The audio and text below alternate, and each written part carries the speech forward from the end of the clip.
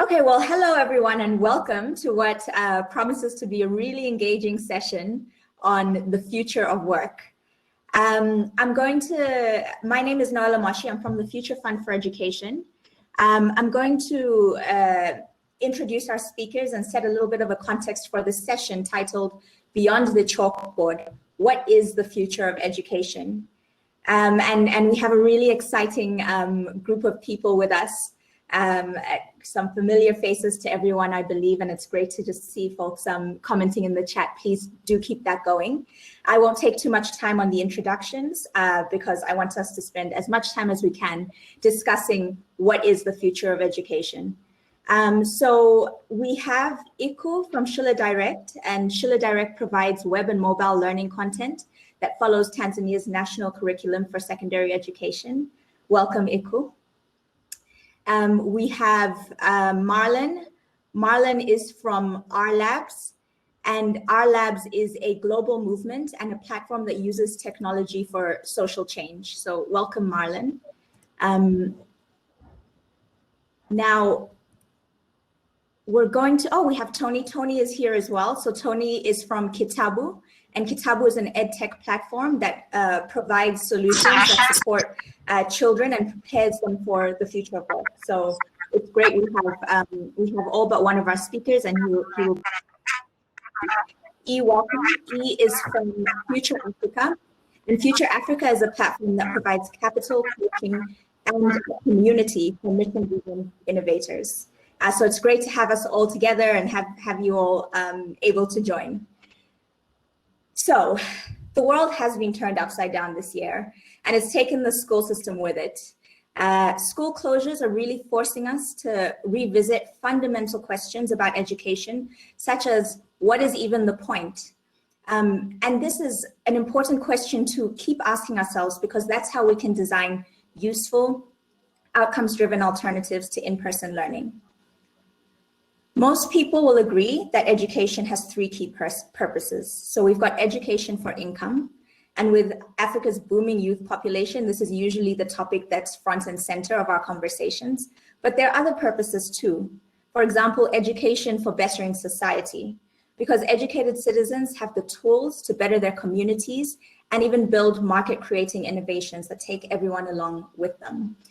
The last, but definitely not the least important reason people want an education and education is important is for personal well-being. And this often gets overlooked, but people who have knowledge can make informed choices for their future, for their health, and for their happiness. And one of the questions we'll be asking as a group today is, are all these three needs being met by our current approach to education? If they are, how can we even improve on that? Now, during the first half of our conversation together, we're really going to be exploring where are we now? What does education look like? And that's just to set the foundation for the second half of this conversation, which will really be a great kind of joint dreaming, visioning, data-driven, experience-driven exercise in what could the future of education look like. But right now, in terms of part one, what does it currently look like? We know that the biggest change in education is arguably school closures due to the COVID-19 pandemic. School closures are forcing all the stakeholders to ask themselves, where is value derived? For example, we're hearing parents who are recognizing that schools don't only provide knowledge for their children, but they're also a childcare service. We know that school leaders are recognizing that teachers are not only vectors for content delivery, but they're facilitators. They keep our children engaged and focused on their work in a way that a computer sometimes misses the mark on. And students themselves, especially the ones preparing for tertiary opportunities, are recognizing and really making explicit in their selection choices that in their selections of universities, employment prospects are more important than a content driven. So how can we provide this value given some of the constraints we have across the continent and even globally at this point?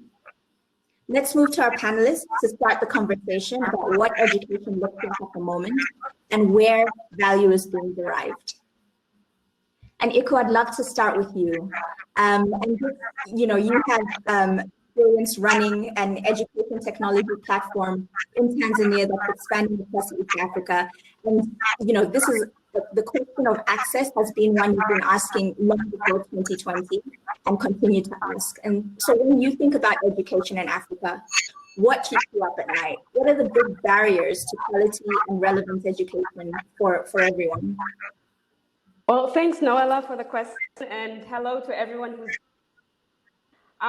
so yeah, I think what I would say keeps me up at night when I think about education in Africa is, so first of all, I would say it's sad that we have all these advancements in technology, yet we still have issues around access, yet we still have issues around making this technology responsive and adaptive to the learner's needs. So as much as we have all these advancements in technology, we're still not at the point where we're able to reach every learner where they are, given their geographical location, given their learning abilities, given their capabilities.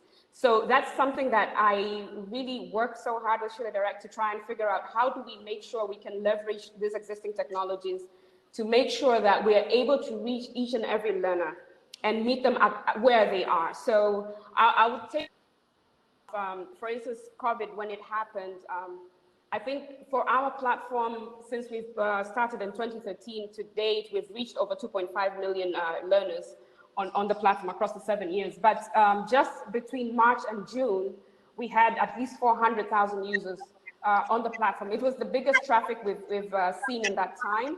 It was the biggest traffic also given the calendar year in the school. Normally, we have bigger traffic towards the second half of the year, not the first half of the year. But you could see because of the panic, you could see because of the pandemic and schools were closed. So initially everybody was going online, but 400,000 learners is not every secondary school learner in Tanzania, because there are about 2 million. So there are those that we didn't reach.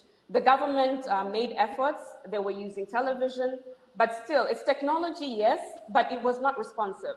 So for a child who could access television or who could access radio, it meant that they would just get knowledge, but they would not have access to a teacher to interact or get facilitated learning. So we have these technologies, but we're still not able to meet the learner where they are. So for me, that's something that's really bugging me. And I would say, yes, that's something that will keep me up at night until we figure out a way to really harness this technology, make it responsive, make it engaging, make it inclusive. So that's what I would say is the biggest issue for now. Yeah, thank you, Iki. That's a real challenge, and I think this is happening globally. We have access to content, but access doesn't equal engagement. Engagement doesn't necessarily equal application. These things need to be tested separately. And so all of these stages are having to be redesigned as we think about remote learning in the context of what education looks like now. And I wanted to shift on that note to you, Tonee, and ask you, you run Kytabu, that's an edtech platform that supports students and prepares them for the future of work. What challenges and opportunities has this pandemic brought to the education sector as you see it? And what is our new role as the community in continuing student engagement and continuing effective education despite school closures?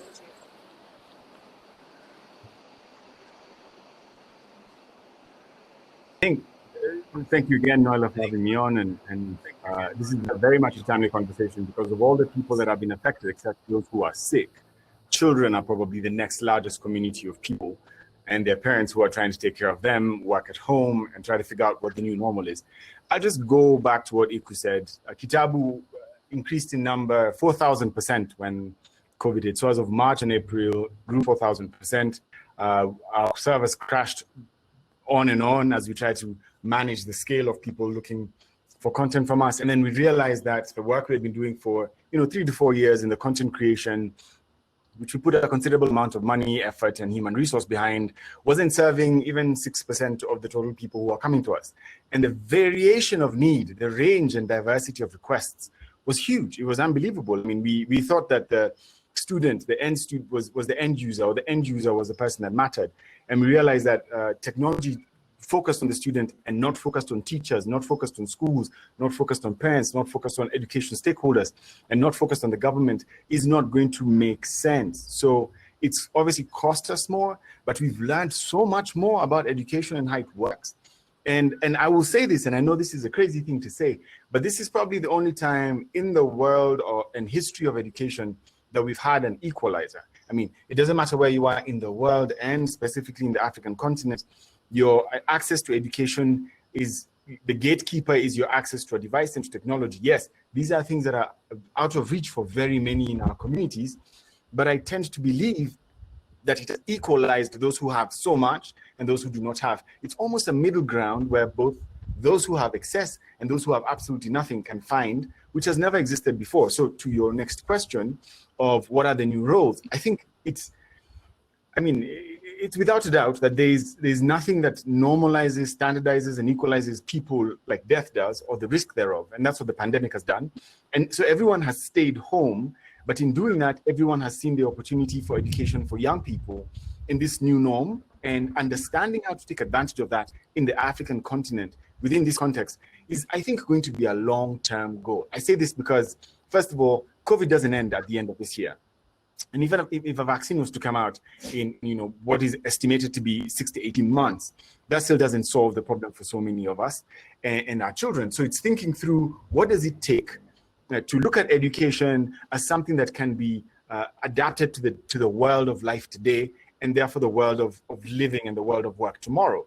And I think the gigantuous task of basically summarizing 12 years of primary and high school into something that people can be able to accept and find malleable at home is the number one task for edtech companies, learning institutions, donor organizations, and governments over the next 6 to 24 months. Because if we cannot teach our kids just enough to get into the world, and realities like COVID are here to stay, it'll become a big challenge for us to be able to literally plan a future for ourselves. Because I'm inclined to believe that this is something that will not norm in the future. We must prepare for much better than we did this time. Yeah, absolutely. And that's really, it's inspiring and impressive to hear how much Kytabu has grown and how much demand there is for access to education. And unfortunate that the supply is still trying to keep up. And as you mentioned, Tonee, there's a range of needs. There always has been, even before COVID-19. That hasn't changed. And Marlon, just over to you and thinking about this together. But digitizing education, we talk about that as a solution to reaching the masses. At the same time, not everyone has regular access to the internet, to electricity, or to a smartphone. So despite needing education, they don't have access to the tools. And I'm wondering, just as you've been thinking about this problem as well, what can we do to be inclusive for the people who need the education that we provide? And if you don't mind, because we've had a conversation about your learning experiences, I'd love for you to share, if you can, an example of an accessible learning experience that you had. Thank you so much. And I do feel and thanks again, Iko and Tonee, for really just kind of sharing your heart around when we think about not leaving anyone behind. The thing about technology, and it does become an equalizer. And whenever I think of learning, and I love this, all learning fundamentally is the formation of love. That's what learning is.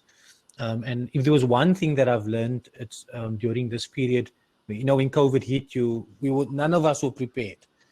All of a sudden, I was inundated by colleges and universities asking. They were not prepared for the onslaught that was coming. A lot of schools, and although they've invested lots of money on learning management systems, none of them were accessible. None of them were usable by the very students that they were there to serve.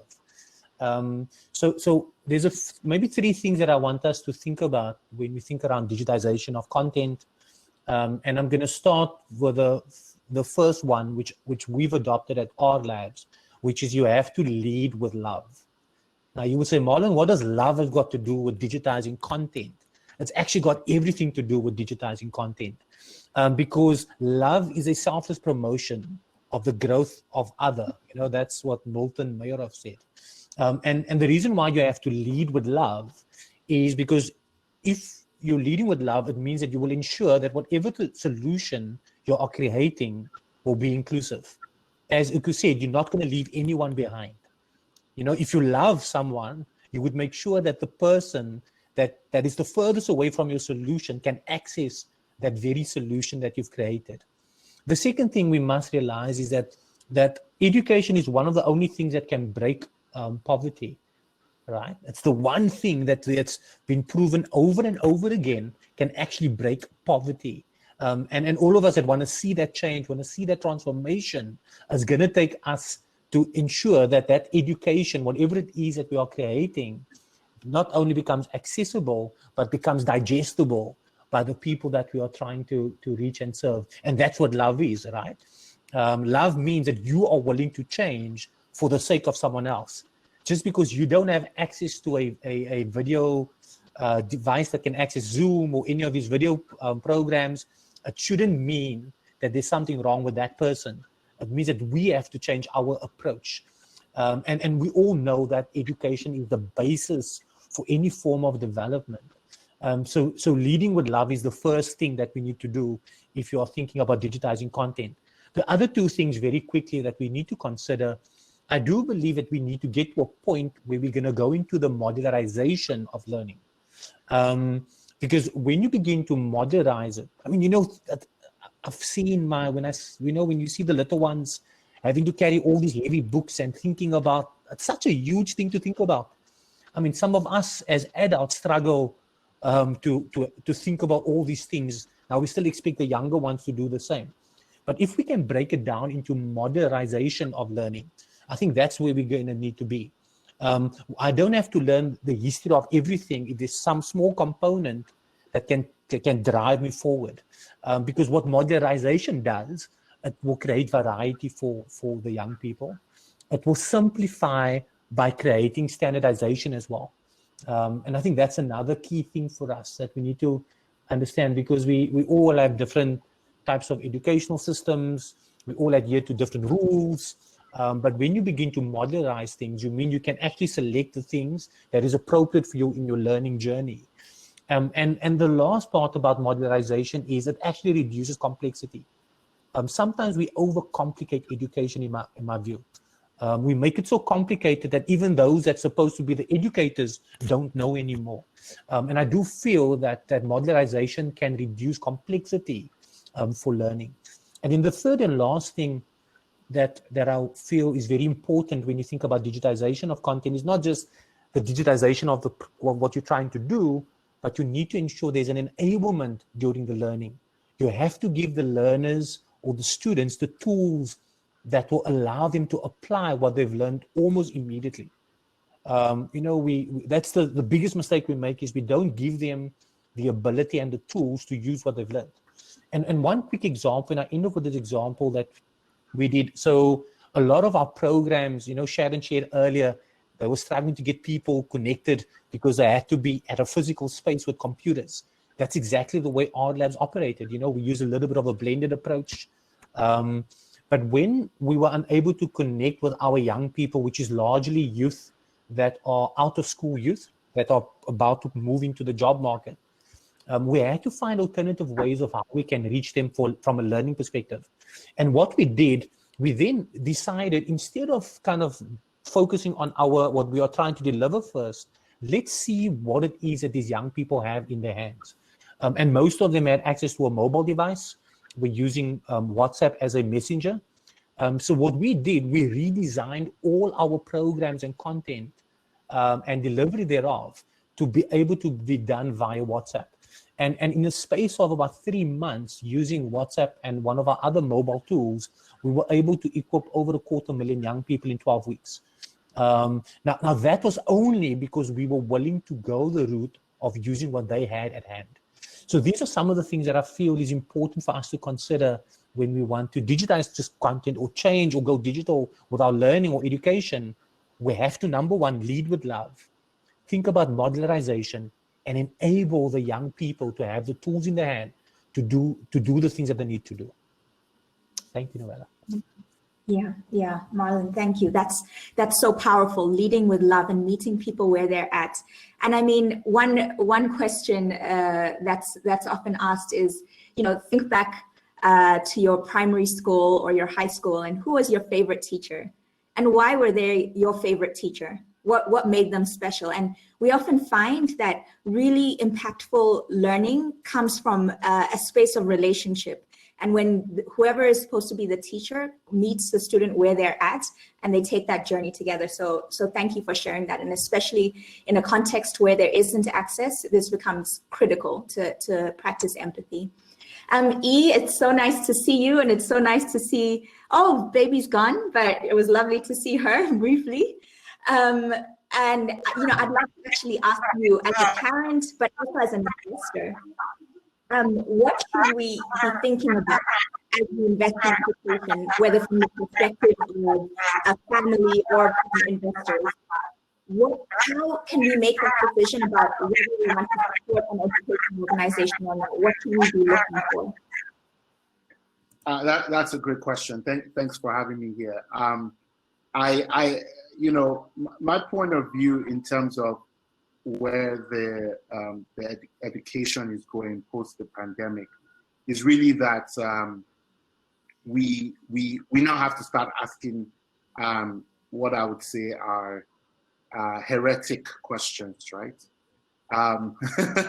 Heretical questions, and I say that because I think one of the things that I got a lot of perspective about during the pandemic was how certain what I call foundational concepts with respect to education that we hold dear and we carry around may be limitations when it comes to scaling what actually works and getting the kind of results that we need to be able to show progress in the education of our kids.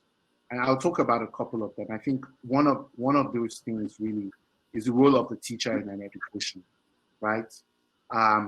There's definitely a sense that education cannot happen without the teacher. And so we spend a lot of resources training teachers, carrying teachers along. But we sit on a number of school boards, and we sit on a number of, we were in session with a number of situations, and we quickly realized that was not just adding cost to our model, but it was slowing down the learning of the kids. And that perhaps if we were able to leverage content that allowed learn at their own pace, we would actually move the kids along much faster than we could, even when they were under the tutelage of the teacher.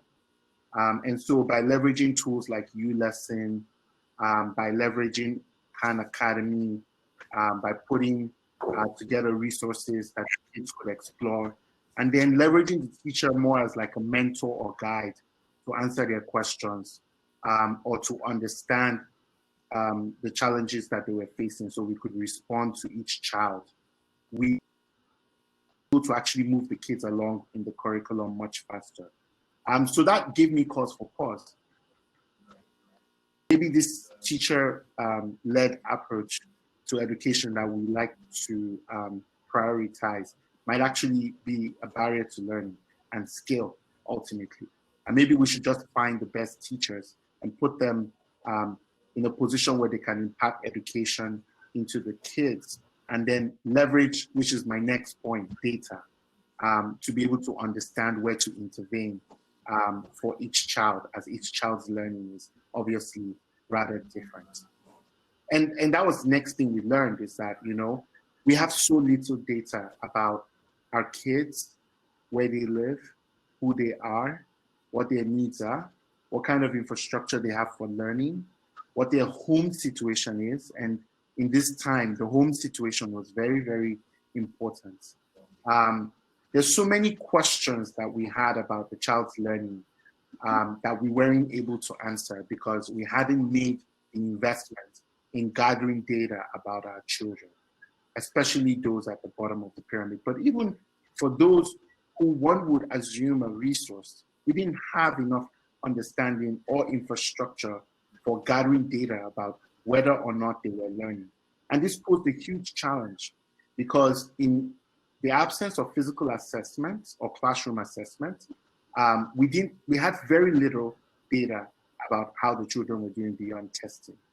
And we're in a very interesting quagmire, particularly in Nigeria, because when the schools closed, you know, a number of the kids in some of the more privileged schools we were part of had to show some sort of proof that they had been through an education and they deserved to go to university.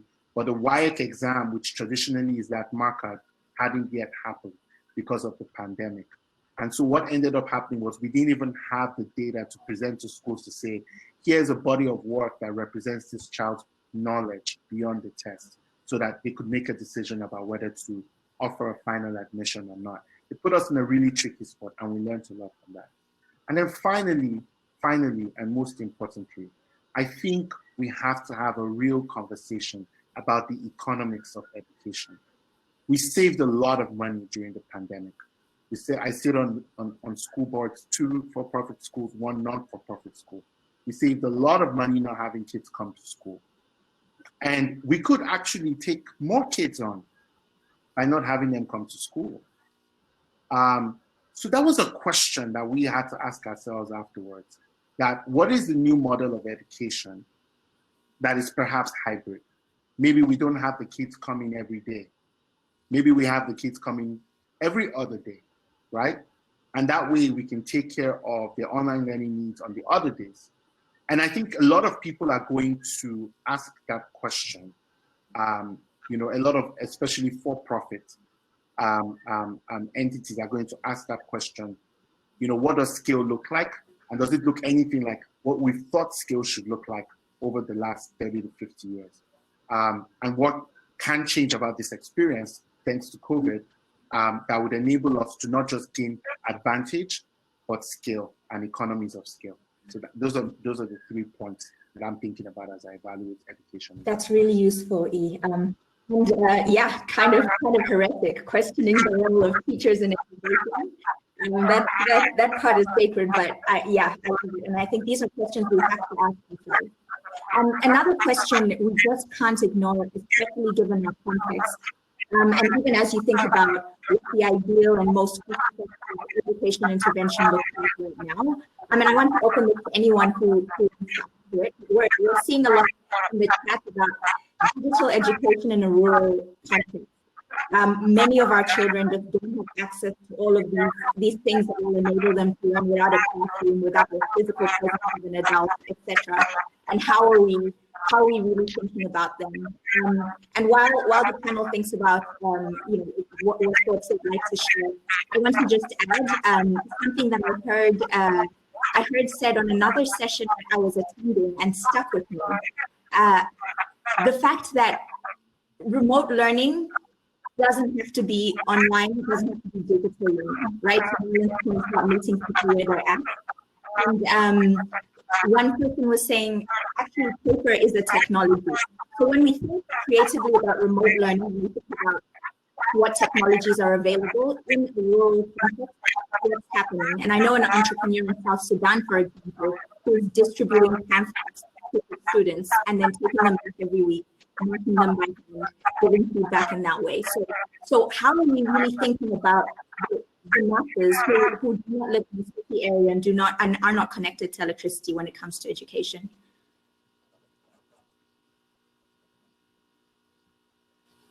Allow me to go first, if that's okay. Just sign if you can hear me. You can hear me? This is good? Okay. So having worked in UNHCR in Kakuma and Dadaab, which are 2 of the refugee camps that are large in Kenya, and then coming out from there and coming to work in some really high-end private schools, I agree with you. Technology isn't the device, the internet. It's not even electricity or computers. Technology is taking something that is available to you and converting it to add value to your learning experience. And that's something I want to just mention right now when I talk about the standardization that COVID-19 has brought. It's taken us back to the beginning of education, prior to our British-driven system of one person stands at the front of the classroom doing the information, and then everybody else sits down and listens to them. And so what this has allowed us to do is go back to what was originally, which was parents taught kids, or an elder talks to the younger in a group or in a one-on-one situation. So let's take that and park that. And then let's go to the next thing, which E said, and I typed it out so I don't forget. He said that let's scale what works. So what is the thing we measure so we know what works? At Kytabu, we don't count the number of users we have as success. That's just the people who we have engaged with. It's the number of people who return. It's the increase in the scores that they have. It's the increased engagement that the children have with their parents, not that the children have with the app, or the children have with their school, or the children have with their teachers. It's the size of the collaboration that the kids are doing with other kids. So the things we measure then determine to us what we scale and what we drop. And that's the second thing I want to mention. I want to say that the idea that our education change is out there somewhere is incorrect. I think our education solutions are not out there somewhere, they're with us. If technology is not accessible to you in your community, stop trying to get it. Figure out what is there that you can use, that you can apply. And I know for a fact that if we all try, and when I mentioned this before, I said COVID has really standardized education. It's not standardized it using computers, laptops, mobile phones, and apps like Kytabu and ULesson, as E has mentioned. It has standardized it in that we are now responsible for what we use to teach our children, our nephews, our nieces, and ourselves. So if you can find what works for you in your community and grow that, whether you're an edtech leader or an education leader, then that works. And in our case as Kytabu, mobile phone apps, both on mobile web, on mobile app, and SMS, are working in Kenya because of the solutions we have built into the country. So those are the things we can scale, but we can scale them with limitation to maybe cities and where there's good internet connectivity. But in the Dab and Kakuma, there has to be something that we can work with there. So Kytabu is working with Brick, you may know Brick Education, and putting Brick Moja, which is a Wi-Fi router, with all the information we've ever created on a pole in Dadaab.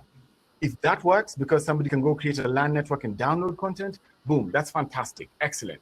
But again, it is what works in your community. It's up to us now to figure out what our communities need and then apply that without trying to standardize everything, because I think that's where we would fail. We try to standardize it all. Right. That's so important. That's so important, Tonee. Use what you have in your context and then measure whether or not it's actually even working. And it's such an obvious thing, but it needs to be said and said again, is running a diagnostic. What are the needs? What are the objectives of this intervention? As opposed to, here's a shiny new thing that I want to fit into my context. Whether or not it works is not relevant. It's just, I want to apply this new technology. So that's very valuable to remind us. Thank you. Okay, so at this point, we'd actually really love to hear from you, and it's great to just get these conversations going in the chat. But there's one question that we'd like you all to answer, and we're going to use Mentimeter for this. And the question is, do you believe remote learning can fully replace in-person learning? Ever, right? Do you believe remote learning can fully replace in-person learning? So I'm typing in the link to the poll. You can just click that link and vote, and the results will show on the screen that I will share just now.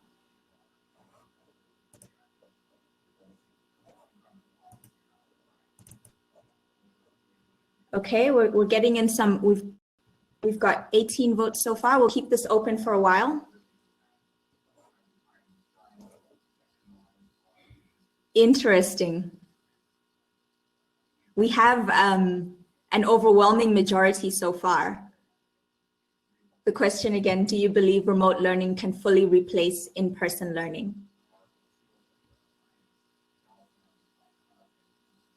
Okay, it seems the numbers have slowed a little bit, so I'll stop us there. We've got 47, oh, it's growing, okay. So we've got roughly 48 responses, 20%, 18% are saying yes, they believe remote learning can fully replace in-person learning. 80% are saying no, remote learning cannot fully replace in-person learning, and 2% are saying, I don't know. I'm actually going to pull Iku, I'm going to ask you, because you work in education technology, and this is something you're trying to do with Shule Direct and are doing really well, is just accessing remote learners through your platform. What are your thoughts? Can remote learning fully replace in-person learning ever? So I am one of those who are in the, is it 80% who say no? So no, I don't believe it will.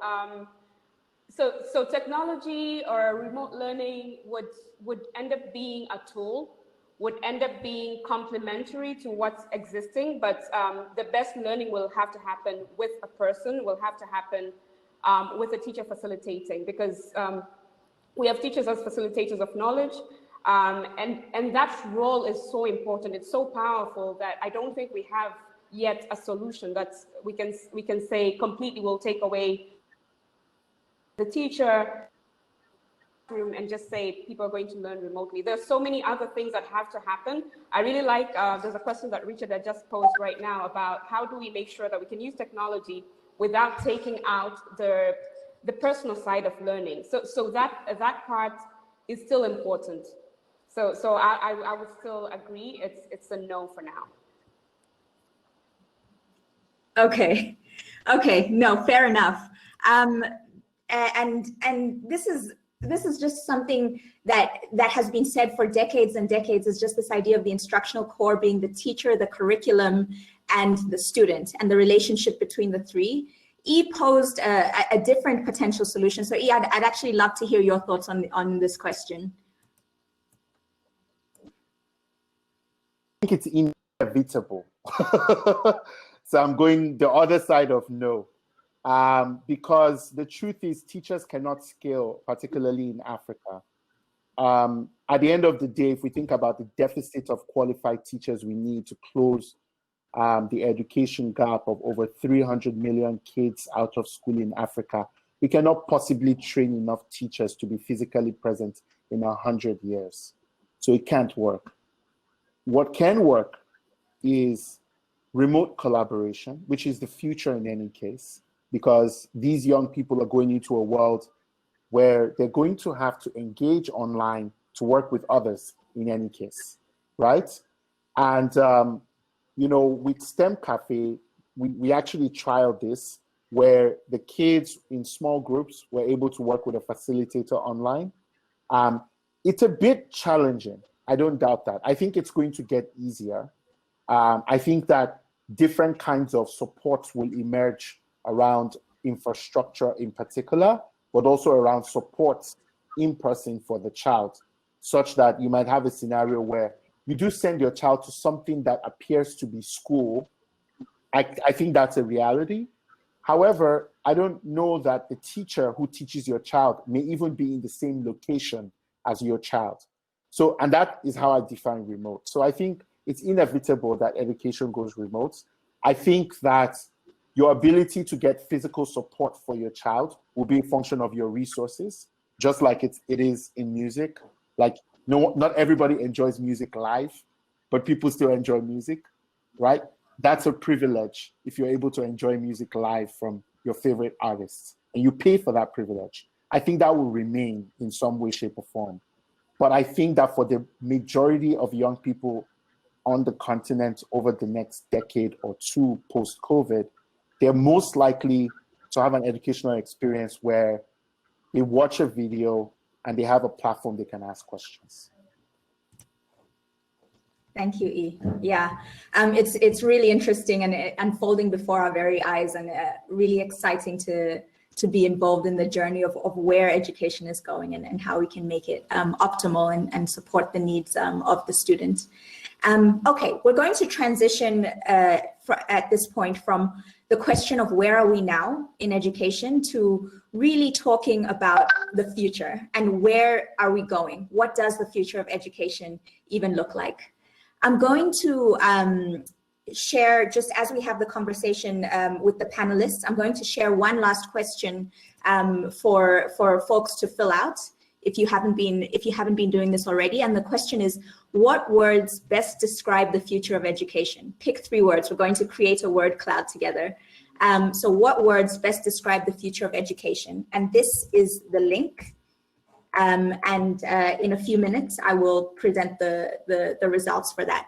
But let's jump back into having the conversation with the speakers. So Marlon, let's just start with you. So for many of us, education is a route to earning an income. That first objective, education for income, comes before education to make personal choices, education to improve the community, because we need to meet those basic needs. So when you think about education for income, what are the jobs of the future, and what would it take today to get our youth population ready for them?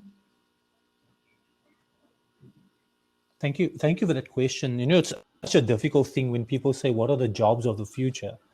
If I had to kind of 2010 try and relate what the jobs of 2020 would be, I think I would have been way off. So I do believe at least that many of our young people that we are training today, they're most likely going to end up in jobs that we can't even describe yet. Things that within the next 10 years or the next 15 years are going to change. I think the one thing that we are all agreeing on is that in Africa, we've got the youth dividend.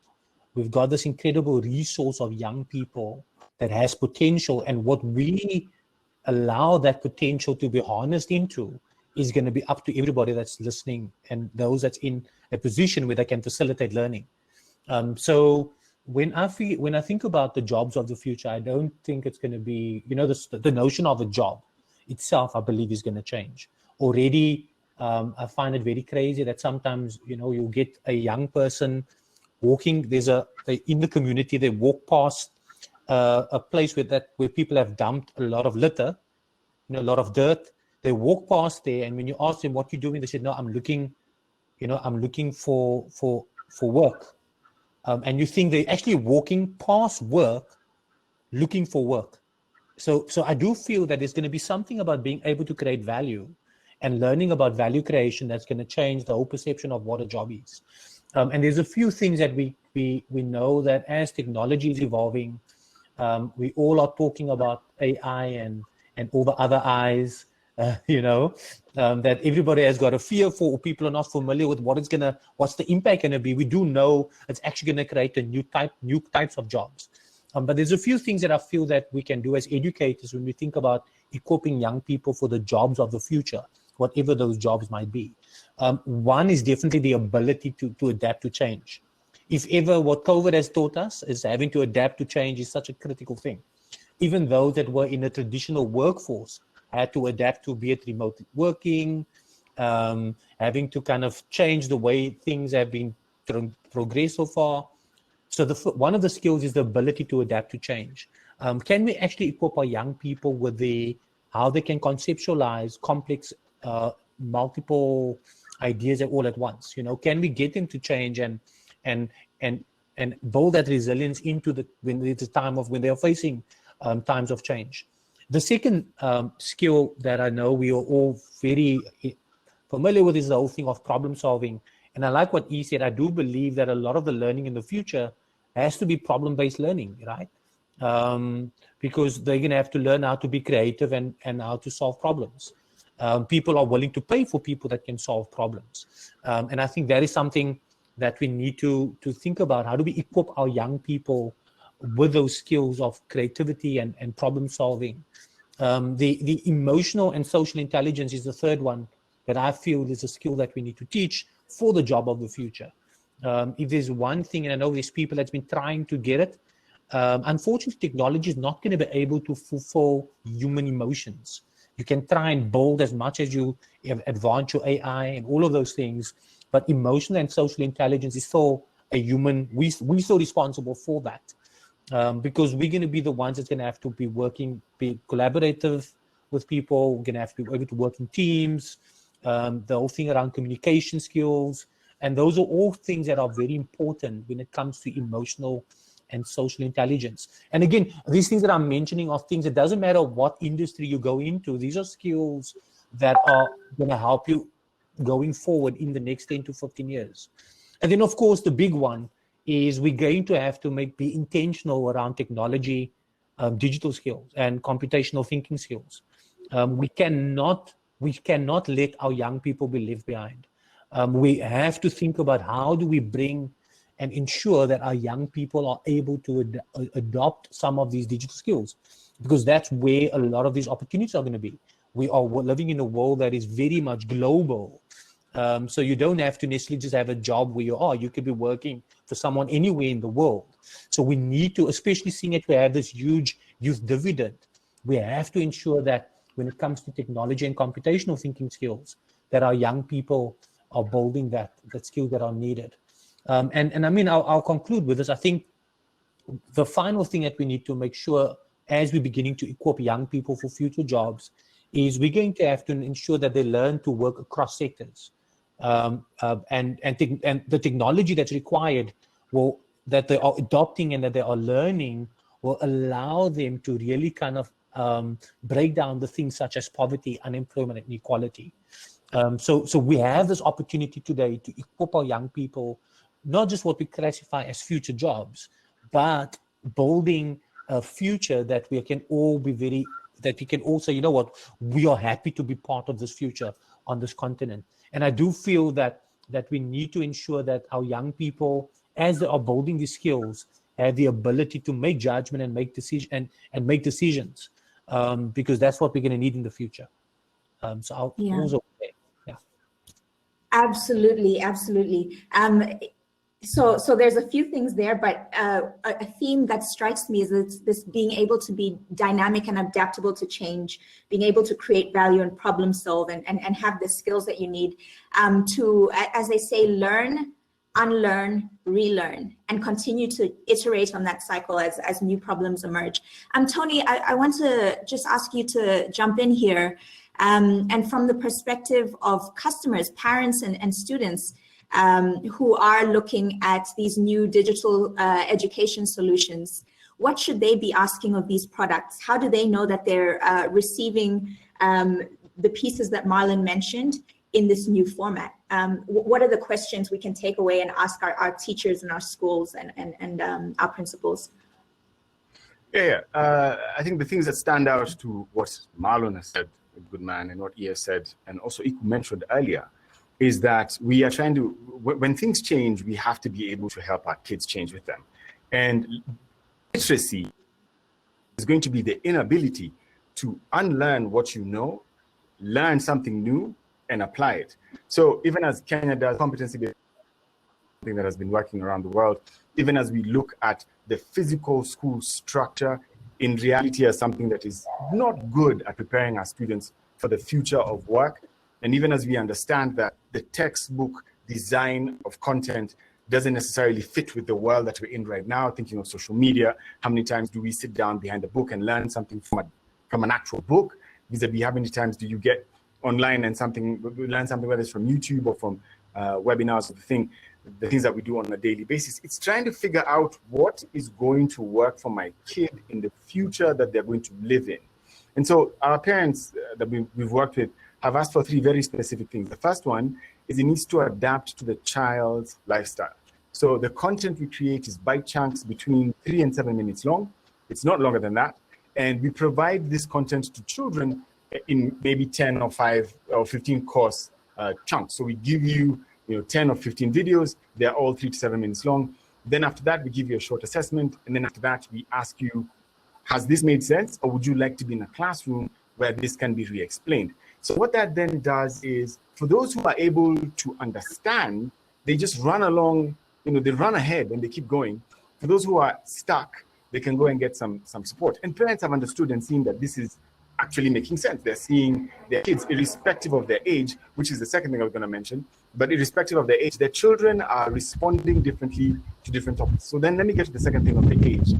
This thing that we have been doing, we have never questioned, of children of a certain age must be in a certain class, is one of the craziest fallacies of education I've ever come across. I have 2 daughters, a 9-year-old and a 7-year-old. My 7-year-old is extremely good at math and does my 9-year-old's math coursework pretty easily. My 9-year-old is great at languages and art and does an 11-year-old's art very easily, but very poor.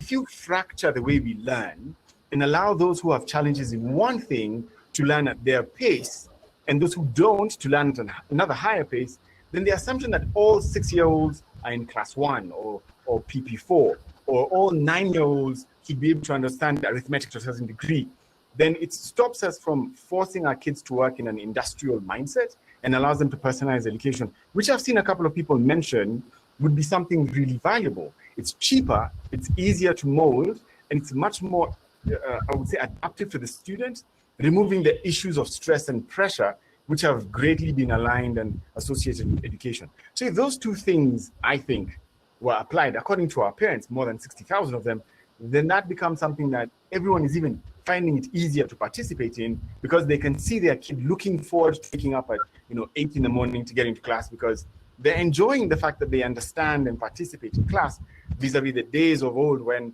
kids would get into a Zoom class and they don't know what's happening in the class because they just don't understand the concepts, because the assumption has been made that because you're 9, this is what you need to know.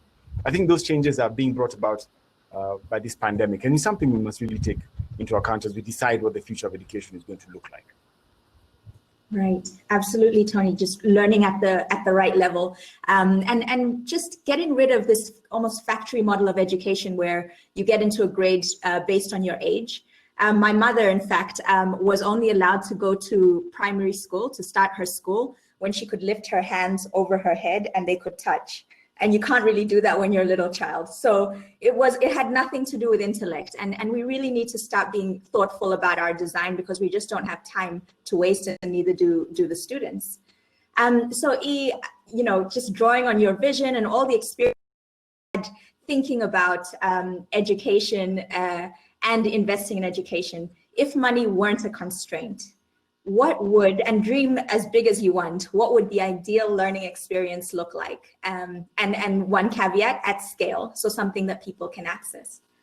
Yeah, I think that we're going to divorce the administration of learning centers, I'm not going to call them schools, from the delivery of content and from the evaluation of what has been learned versus what needs to be learned. I think those three are going to come apart. And when those three come apart, basically your school building just becomes a learning center, a place where people gather and they have the access to the infrastructure, maybe 2-3 times a week. Maybe they can rent a computer. Maybe they can, they can get access to the internet. Maybe they can see a lab if they really need to see a workbench. Maybe they can go there and see it. If virtual reality isn't already helping them see it, from home. I think that's where we're going. And then the best teachers in the world deliver the content and are trained to act as facilitators, remote facilitators for students. And then the evaluation just happens with AI, right? Where based on your activity on the platform and based on certain characteristics or based on certain projects and based on checkpoints, we have a sense for what you know, because we can measure it. So I think that divorce, that unbundling of the education would make it cheaper for more people to access an education, because some people may require one and not the other, and they can pay just for what they need. And I think for us as a fund, we're investing deeply into the democratization of this type of education. We want to invest in computers that can go with students, right, and be locked down. We want to invest in internet in schools. We want to invest in VR sets and VR studios. We want to invest in learning centers. That's what we want to invest in. We're no longer thinking about, I think all the challenges with pedagogy and so on and so forth have been dealt with. We don't think it's a good use of money for us to unnecessarily insert the teacher as gatekeeper into the knowledge process. Perhaps we can divorce them. And then we think we're also investing in better AI that can help us to evaluate the learning and the learning agility of an individual. So that's what we're thinking about. That's really inspiring. There's this concept, it sounds like it doesn't make sense, but it speaks to modularization, as Marlon mentioned, but this concept of mass customization.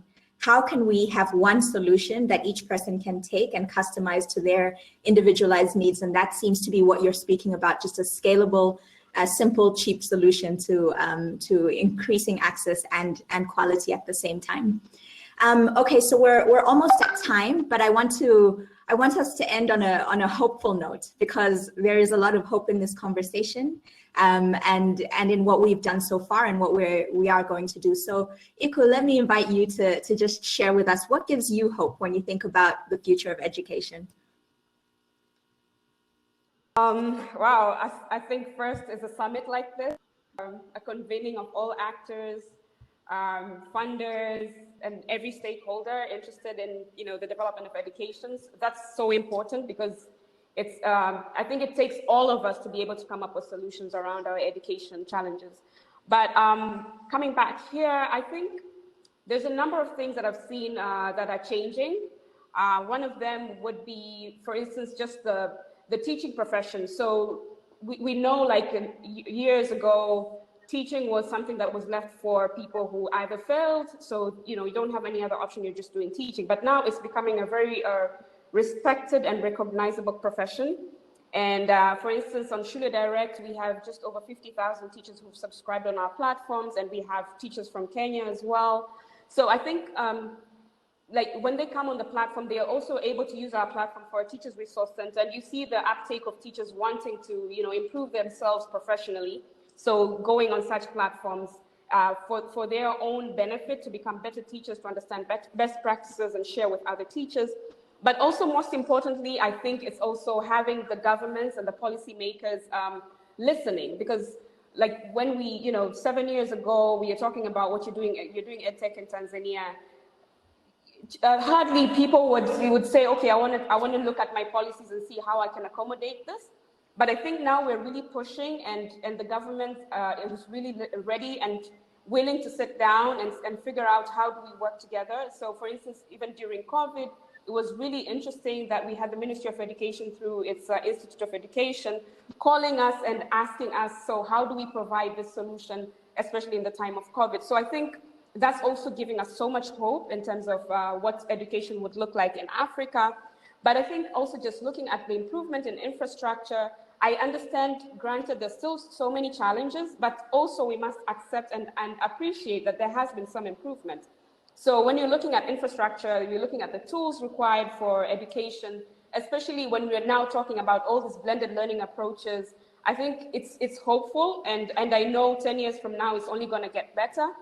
The challenge that we're looking at is the population growth. So it's so important for all of us to start thinking right now, how are we coping with that? How are we providing solutions for that, for the growth of the population? Because if we continue solving the challenges, providing solutions for the challenges of today, we might still be behind 10 years from now. So I think I must also say a big shout out to all innovators in Africa, because now there's so many, and there's, we are tackling these issues, especially around education, from so many angles. So that's also really giving me hope. And I really hope, I'm really excited for the future for education for young children in Africa.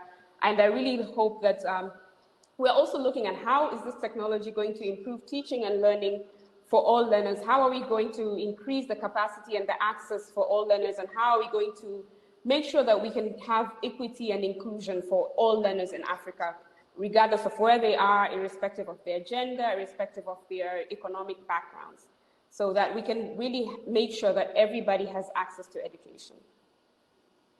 Awesome. Yeah, for sure. And echoing you, shout out to the innovators, and something that the folks attending the session and listening in have been sharing. And I just want to share this last thing before we wrap up. What words best describe the future of education? So we have our word cloud here. And the future of education, according to all 56 of us who are attending this session, is accessible, it's flexible, it uses technology. Technology is a big one. It's exciting, it's practical, it has good teachers, it's democratic, and it's innovative, many, many other things. So just thank you for sharing your thoughts. Thank you for all the work that you do to make this happen and make this a reality. Thank you to the Siegel Family Foundation for organizing the Future Summit, and to all our panelists. Yeah, look forward to speaking again soon. Thank you. Thank you, everyone.